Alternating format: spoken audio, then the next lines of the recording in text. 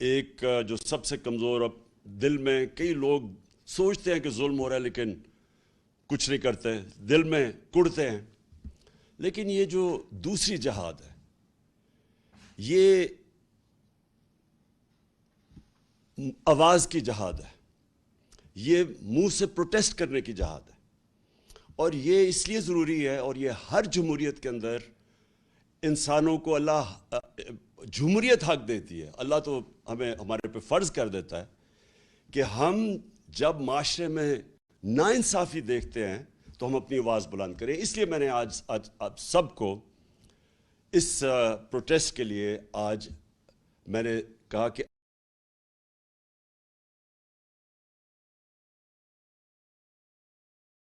آپ کی بہتری کے لیے آپ نکلیں، کیونکہ مجھے خوف ہے کہ یہ جو ابھی قیمتیں بڑھی ہیں یہ یہاں رکیں گے نہیں. جو ہم آگے دیکھ رہے ہیں یہ ابھی مزید اور بڑھنے والی ہے، اور جو پھر اس کا جو متاثر ہوگا اس سے، وہ ہمارا سارا نچلا طبقہ، ہمارا سفید پوش، ہمارا تنخواہ دار، خاص طور پہ ہمارے کسان، کیونکہ ان کو یہ بڑا متاثر کرے گا، یہ جو خاص طور پہ جو ڈیزل اور بجلی کی قیمت اوپر گئی. تو میں سب سے پہلے آج میں یہ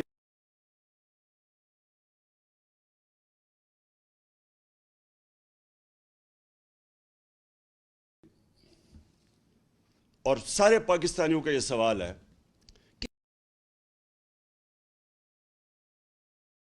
کہ کیا ہوا کہ جب سے یہ عدم اعتماد ہوئی ہے اس کے بعد یہ ملک کے اندر یہ کیا طوفان آ گیا.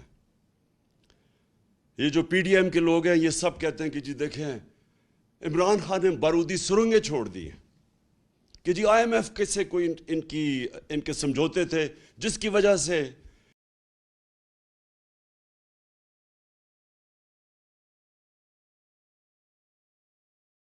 یہ قیمتیں آسمانوں پہ چڑھا دی ہیں.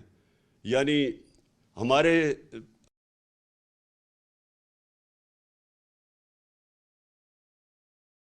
بعد ڈیزل، پٹرول، گیس، بجلی، آٹا، چاول، یہ ساروں کی قیمتیں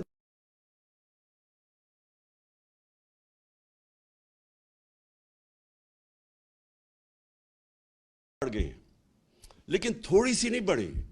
ہماری باری تو مجھے یاد ہے کوئی 12 روپیہ بڑا تھا پٹرول یا ڈیزل، تو انہوں نے مہنگائی مار شروع کر دی تھی. جب سے یہ آئے ہیں انہوں نے 84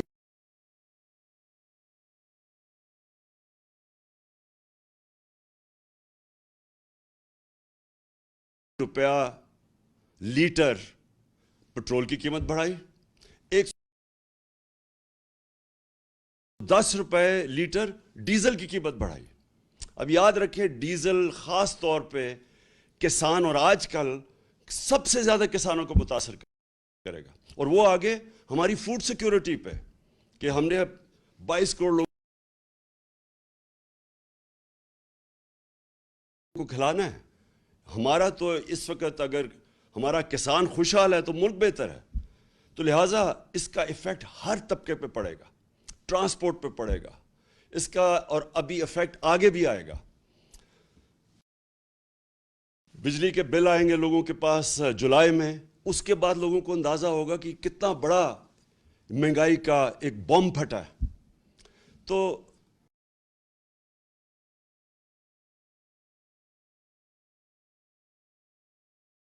سوال ایک یہ ہے کہ یہ ایک دم اتنی مہنگائی کیوں کی ہے؟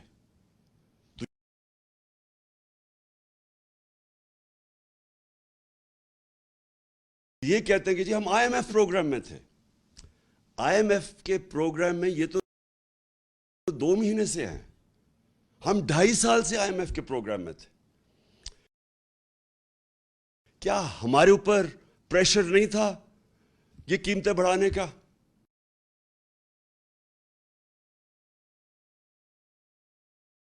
کیا ہم نے نہیں آئی ایم ایف سے ہماری بار بار نیگوسیشنز ہوئی؟ کیا ہم نے اپنے لوگوں کے مفادات کی حفاظت نہیں کی؟ اور یہ کیوں نہیں کر سکتے؟ کیا ہمیں جب انہوں نے کہا تھا کہ پیٹرول اور ڈیزل کی قیمت بڑھاؤ تو ہم نے 10 روپے کم کی تھی؟ کیسے کی تھی؟ ہم نے ادھر ادھر سے پیسے نکالے تھے، ہماری ریکارڈ ٹیکس ہم نے اکٹھا کیا تھا، اور جب ریکارڈ ٹیکس اکٹھا کیا اور پھر ہم نے جگہ کہیں پیٹ کاٹ کے، لیکن ہم نے 200 ارب کی سبسڈی دی ڈیزل اور پیٹرول نیچے رکھنے کے لیے، کیونکہ ہمیں پتا تھا کہ جب آپ ڈیزل اور پیٹرول بڑھاتے ہیں سب کچھ بڑھ جاتا ہے۔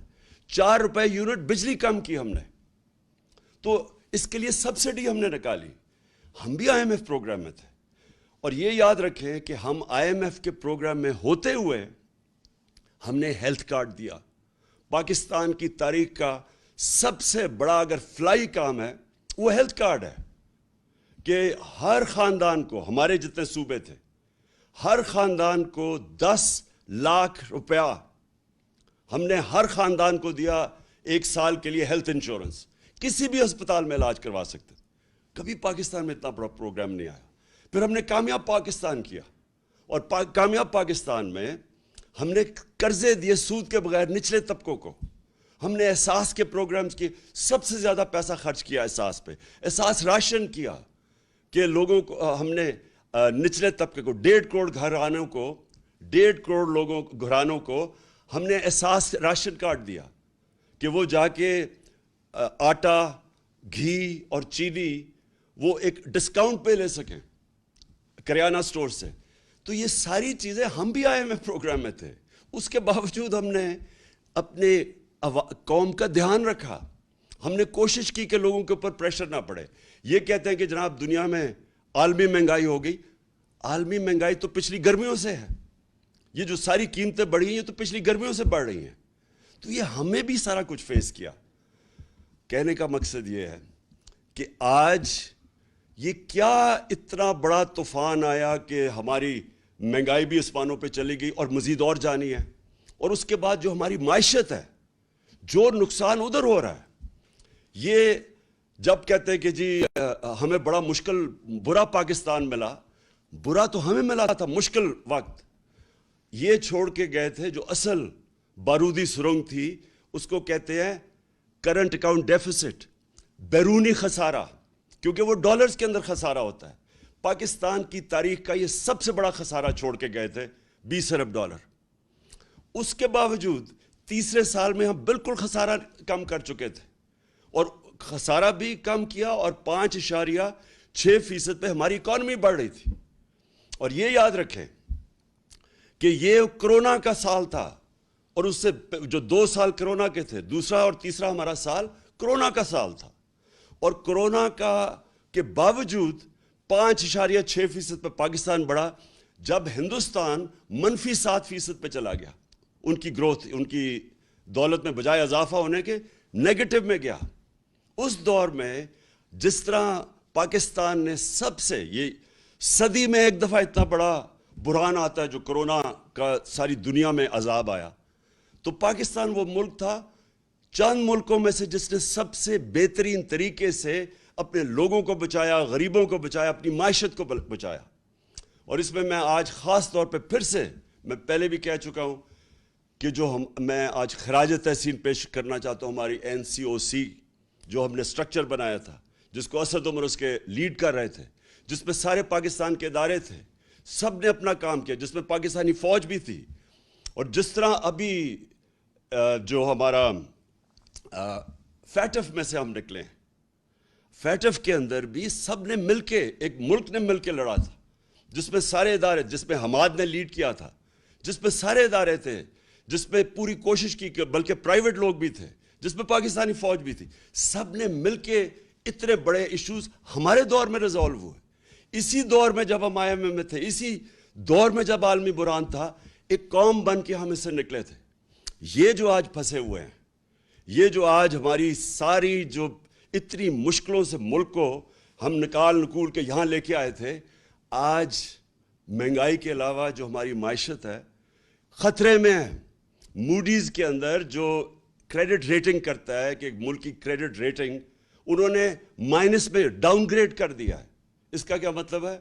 پاکستان کو قرضے نہیں ملیں گے، اگر قرضے ملیں گے تو بہت مہنگے قرضے ملیں گے، اور یہ دوسری چیز وابڈا کا، جو وابڈا کی ریٹنگ ایسی تھی کہ وہ خود انٹرنیشنل لونز لے سکتی تھی، اب جب سے یہ آئے ہیں اس کی بھی ریٹنگ ڈاؤن گریڈ کر دی ہے.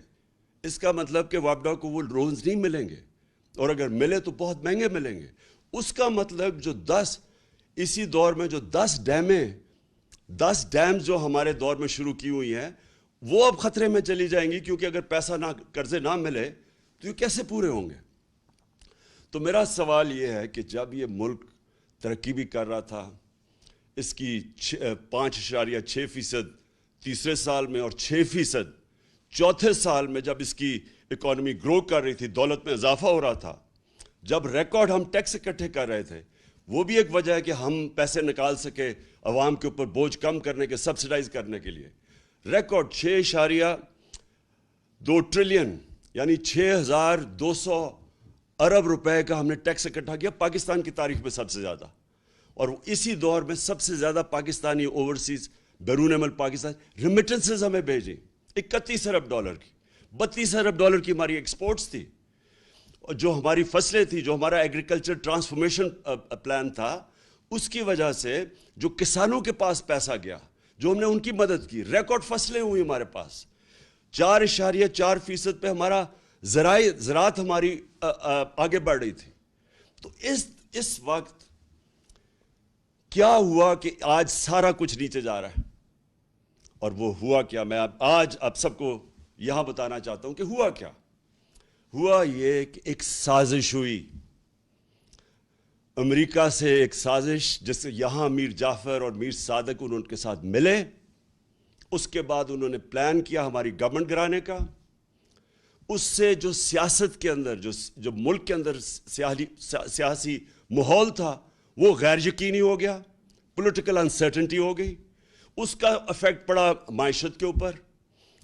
میں نے جا کے نیوٹرلز کو، میں نے ان کو سمجھایا کہ دیکھیں اگر یہ سازش ہو رہی ہے، بڑا اچھا آپ نیوٹرل رہیں، لیکن یہ جو سازش ہو رہی ہے، اگر اس وقت گورنمنٹ کو گرا دیا گیا اس سازش کے تحت، تو یہ ان سے سنبھالا نہیں جائے گا. ہم نے بڑی مشکل سے یہاں تک آئے ہیں. یہ بڑی مشکل سے کرونا سے نکل کے جو کموڈٹی سپر سائیکل تھا، یہ جو جب یوکرین میں گیا روس اور جو جنگ ہوئی، تو اس کی وجہ سے جو اثرات تھے، بڑی مشکل سے ہماری معیشت یہاں کھڑی تھی. تو میں نے تب ان کو بتایا، پھر شوکت ترین کو کہا کہ ان کو بتاؤ کہ یہ وقت نہیں ہے اس ملک کے اندر یہ سازش کو کامیاب ہونے دینے، کیونکہ اس کا ڈائریکٹ اثر پڑے گا ہماری معیشت کے اوپر. اور مجھے افسوس سے کہنا پڑتا ہے کہ وہ ٹائم تھا کہ اس سازش کو ناکام کرنے کا، کیونکہ ہمیں پتہ تھا کہ نہ ان لوگوں کے پاس قابلیت ہے، نہ ان کے پاس اہلیت ہے، اور ان کا مقصد ہی آنے کا کچھ اور ہے.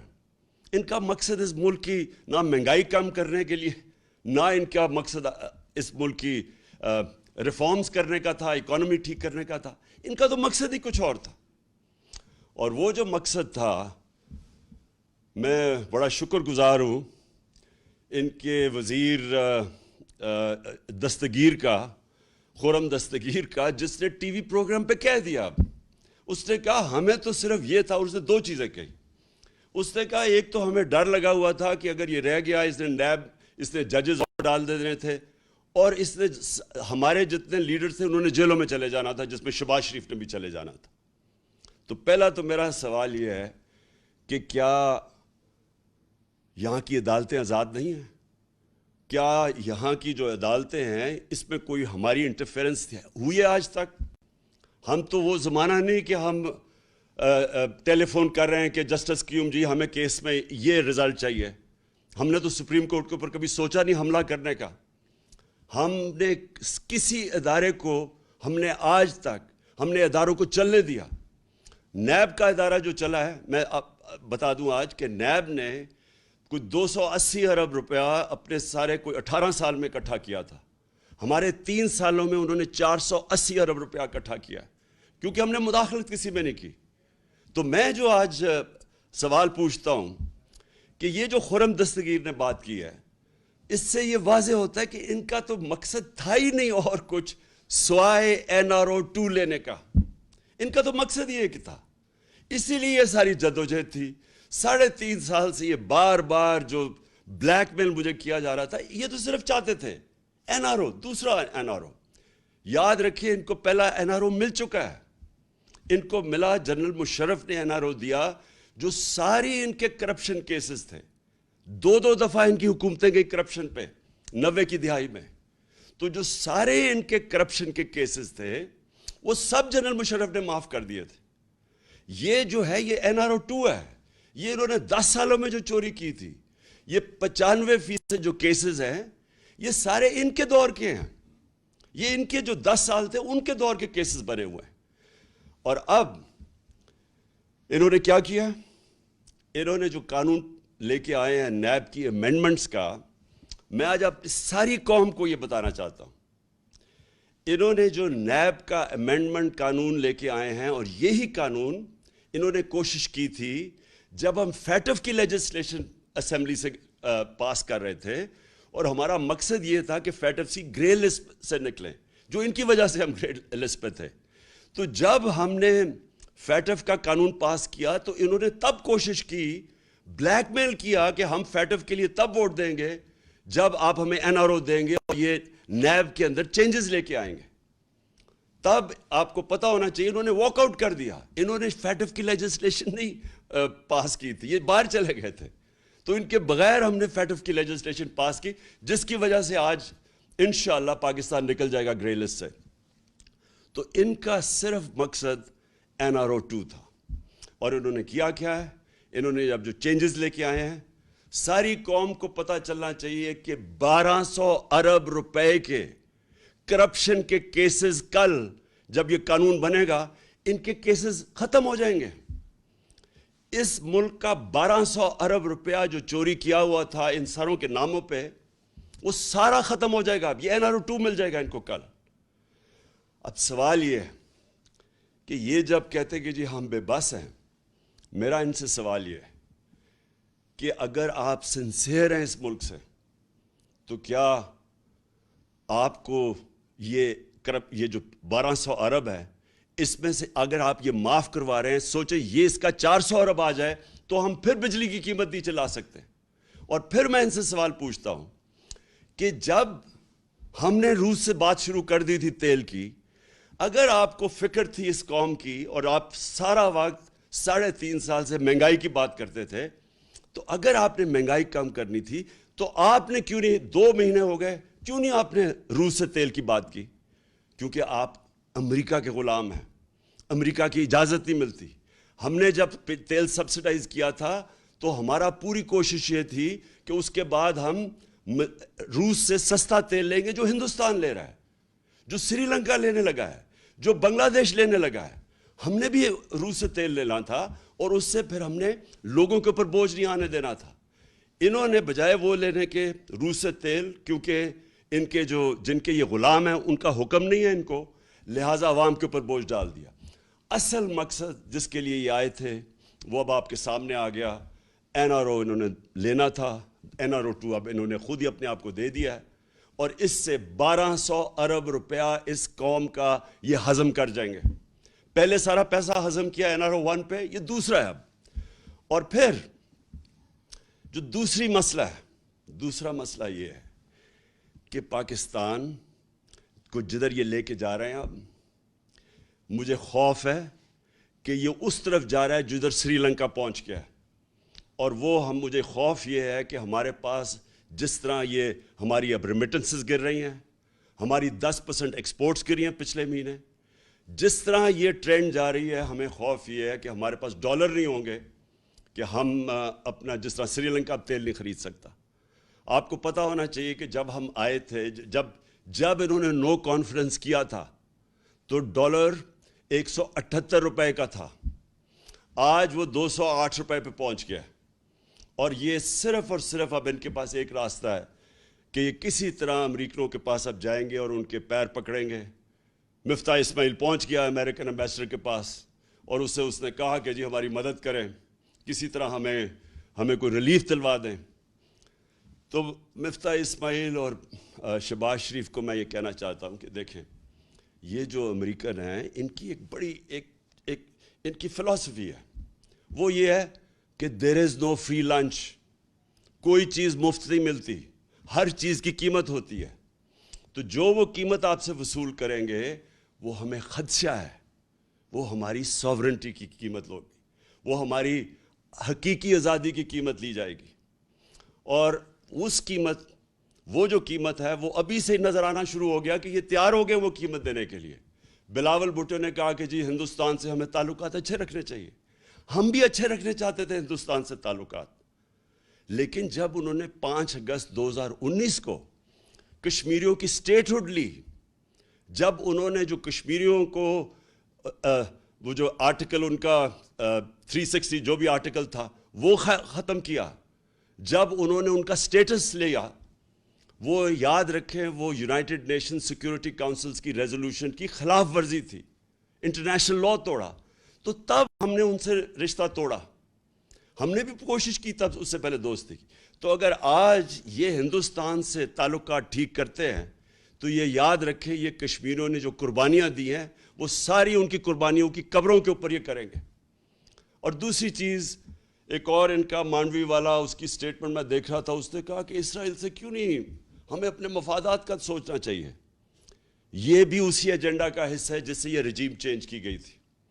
وہ یہی ہے کہ آپ اس ایجنڈے پہ چلیں جو ہندوستان، اسرائیل اور جو امریکہ چاہتا ہے، اور وہ ایجنڈا وہ ہے جو ہماری ساورنٹی، ہماری آزادی کے خلاف ہے، جس کی وجہ سے یہ ساری جدوجہد تھی پاکستان کی، جو ہمارے لیڈر قائد اعظم نے جو اس ملک کو بنانے کی وہ کیوں بنایا تھا، ہم کیوں آزاد ہوئے تھے.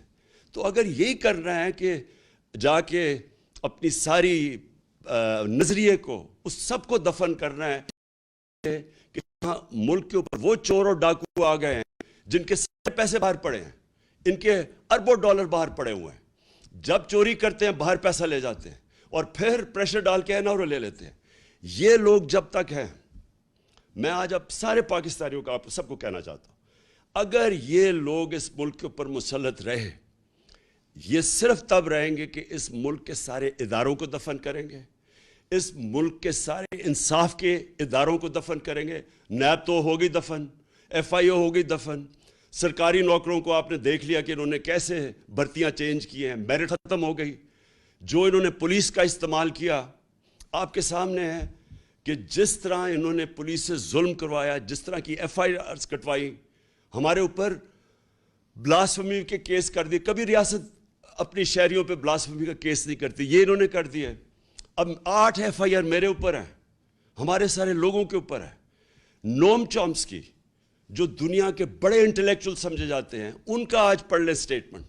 انہوں نے شہباز شریف کو خط لکھا ہے کہ یہ آپ سارے انسانی حقوق کی خلاف ورزی، آپ جمہوریت تباہ کر رہے ہیں اپنے ملک کی، اور یہ رہ گئے تو یہ جمہوریت، ایک جمہوریت کا جتنا بھی جس کے اوپر جمہوریت کھڑی ہوئی ہے سب ختم کریں گے. یہ جو جس طرف جا رہے ہیں، الیکشن کمیشن کو انہوں نے ساتھ ملایا ہے. پنجاب کے اندر جو الیکشن ہے وہ ابھی جو بائی الیکشنز ہیں، ابھی سے ہی میچ فکس کرنے کی ساری تیاریاں ہیں، ہمیں ساری خبریں آ رہی ہیں. پولیس کا جو استعمال کریں گے اور کر رہے ہیں. ابھی ہمارا کل ایک ہمارے جو الیکشن لڑ رہا تھا اس کے بیٹے کو گولی لگی، وہ آج ہاسپٹل میں ہے، اور اس کے سارے گھر والوں کے اوپر ایف آئی آرز کاٹ دی. تو یہ ہمیشہ یہ جب ایک کرپٹ ٹولے کو اوپر بٹھائیں گے جو کہ 30 سال سے یہ دونوں خاندان اس ملک پہ ہیں، انہوں نے ہمیشہ جو پہلے کرتے ہیں وہی کرنا ہے. اب تو جمہوریت سب سے پہلے اس کا نقصان ہوگا.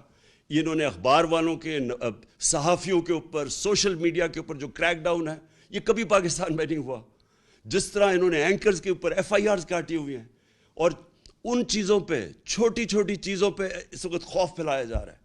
تو جو یہ راستہ پکڑا ہوا ہے، میں آج آخر میں ساری قوم کو کہنا چاہتا ہوں کہ دیکھیں یہ صرف ایک طرح یہ اس ملک کے اوپر مسلط رہیں گے، اور وہ خوف طاری کر کے. یہ جو خوف ہے یہ ایک سب سے بڑا بت ہے. میں بار بار اپنی قوم کو ایک چیز سمجھاتا ہوں کہ لا الہ الا اللہ، کوئی خدا نہیں ہے سوائے اللہ کے. یہ جو ایک خوف کا بت ہے، یہ اس طرح کے لوگ جو کرپٹ لوگ ہیں، جن کی ہمیں ساری تاریخ پتہ ہے، باہر بیٹھے ہوئے ان کے لیڈرز، پیسے باہر بیٹھے ہوئے ہیں، وہاں سے بیٹھ کے اس ملک کو کنٹرول کر رہے ہیں. اور جدھر ان کے پیسے پڑے ہوئے ہیں وہ ان ملکوں سے ہی کنٹرول ہو رہے ہیں. اس ملک کی نہ انہوں نے آزادی رہنے دی ہے، نہ انہوں نے ادارے چلنے دینے ہیں، نہ انہوں نے جمہوریت چلنے دینی ہے. انہوں نے جتنی دیر یہ آئیں گے اس ملک کو مزید اور نقصان پہنچائیں گے صرف اپنے آپ کو اوپر مسلط کرنے کے لیے. لہٰذا ہم سب نے مل کے، ساری قوم نے مل کے ہم نے جدوجہد کرنی ہے. آپ نے سب نے تیاری کرنی ہے. میں آپ کو کال دوں گا. ہم نے مسلسل جو ہمارا حق ہے، ہمارا آئینی حق ہے پرامن احتجاج، وہ ہم کریں گے، اور وہ ہم تب تک کریں گے جب تک ہمیں صاف اور شفاف الیکشنز کی ڈیٹ نہیں ملتی. میں پھر سے کہہ رہا ہوں، الیکشنز نہیں، صاف اور شفاف الیکشنز. صاف اور شفاف الیکشنز اگر نہ ہوئے مزید اور انتشار ہوگا.